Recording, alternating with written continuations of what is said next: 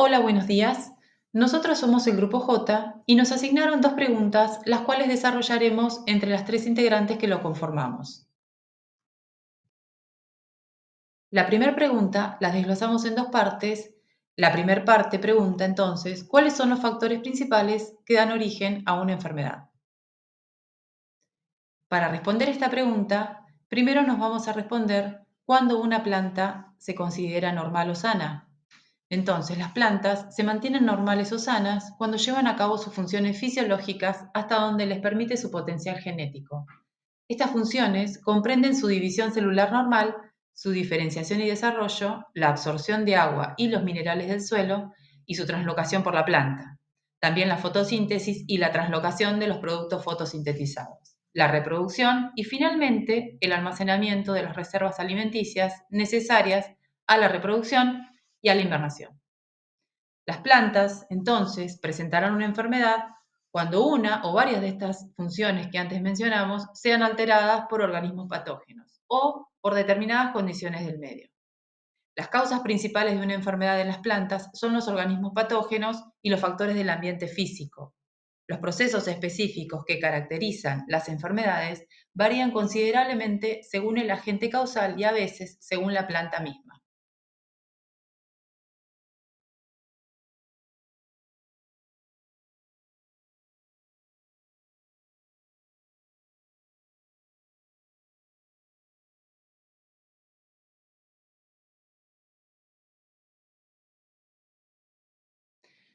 En un principio, la reacción de la planta ante el agente que ocasiona su enfermedad se concentra en la zona enferma y es de naturaleza química e invisible. Sin embargo, poco tiempo después, la reacción se difunde y se producen cambios histológicos que se hacen notables y constituyen los síntomas de la enfermedad.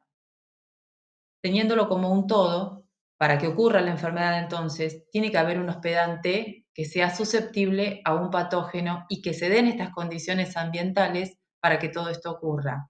Y esto debe ocurrir en un tiempo y espacio determinado. Además, a todo esto, a las enfermedades, nosotros tenemos que agregar la intervención del hombre, que con sus maniobras puede llegar a aumentar el desarrollo de una enfermedad o a provocarla. Entonces, concluimos que para que ocurra el desarrollo de una enfermedad deben interactuar planta, hospedante susceptible, un patógeno virulento y condiciones ambientales favorables durante un periodo bastante prolongado. A estos elementos debe añadirse la intervención del hombre, quien, a través de sus actividades, puede ayudar a iniciar y desarrollar una enfermedad.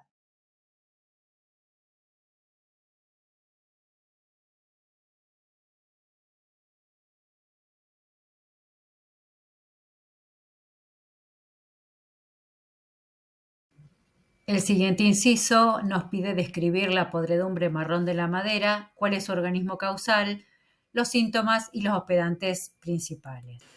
En los ejemplares vivos, las pudriciones son consideradas como una enfermedad. Los árboles reaccionan ante el avance de algún patógeno, dependiendo, entre otras cosas, de la especie botánica, su edad, su vigor y la estación del año.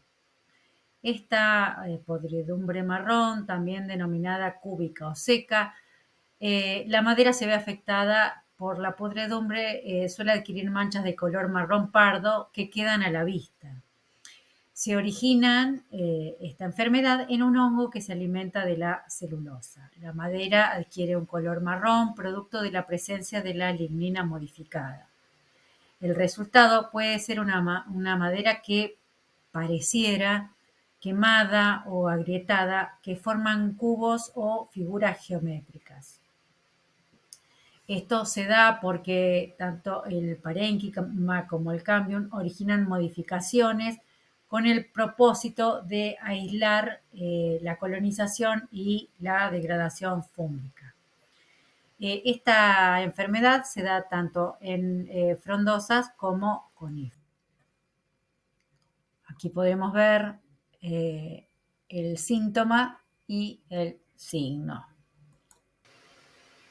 La mayoría de los hongos que producen la podredumbre marrón son basidiomycetos que es una división del reino fungi que incluyen a los hongos que producen basidios con basidiosporas.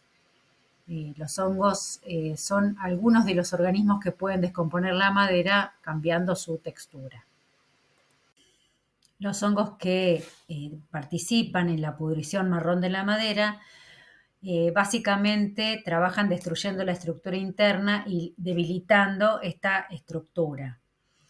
Entre ellos podemos identificar Laetiphorus sulphureus, Antrodia juniperina y Coniófora. En esta imagen podemos observar cómo se desestructura la madera en estos pequeños cubos y además esta pudrición va a generar las condiciones propicias para la aparición de otras plagas xilófagas. Para finalizar, vamos a responder la pregunta: ¿qué prácticas de manejo recomendaría para el control de los insectos que afectan la corteza y la madera? Justifique, a su criterio, las más convenientes. Para ello vamos a recordar cuáles son los insectos que son una amenaza para la madera. Los insectos que con más frecuencia afectan a la madera son los siguientes: coleópteros, son los taladros y taladrillos; hemípteros, pulgones, moscas; chinches, cochinillas; cílidos, chicharras y chicharritas; himenópteros, las hormigas y barrenadores; isópteros, las termitas; y lepidópteros. Las amenazas, defectos o enfermedades de la madera provienen en gran parte por tratarse el árbol de un ser vivo. El árbol, tanto en pie como ya apeado, es una materia orgánica que está expuesta al ataque de una serie de agentes naturales y biológicos que al actuar sobre la madera pueden alterar, transformar, estropear e incluso destruir al árbol. Muchos insectos atacan las hojas, otros las raíces, algunos viven bajo la corteza y otros devoran la madera de los árboles. La manera más eficaz de abordar las plagas forestales es el manejo integrado de plagas, o MIP, como estamos viendo en el cuadro.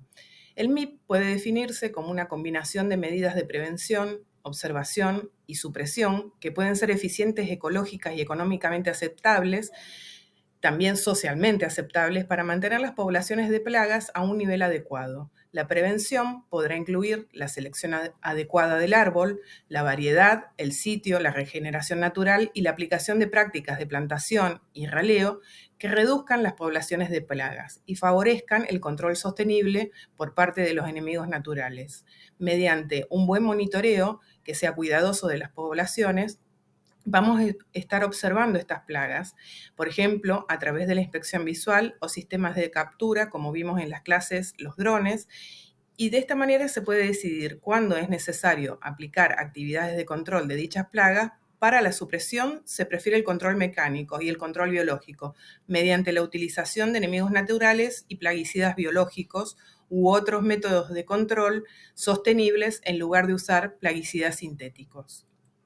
El MIP se basa en el conocimiento de las características biológicas del árbol, del bosque urbano y de la plaga en sí misma, así como de los agentes de control natural que pueden ayudar a controlar dichas plagas. Por tanto, para que el MIP sea eficaz, el personal que trabaja en el campo debe haber sido capacitado para reconocer las plagas, monitorear los niveles de la población y utilizar agentes de control biológico y otros métodos adecuados de control. Cuando decimos el trabajo en el campo, o sea, sería campo dentro de la ciudad, dentro de el arbolado urbano del que vamos a tratar las plagas.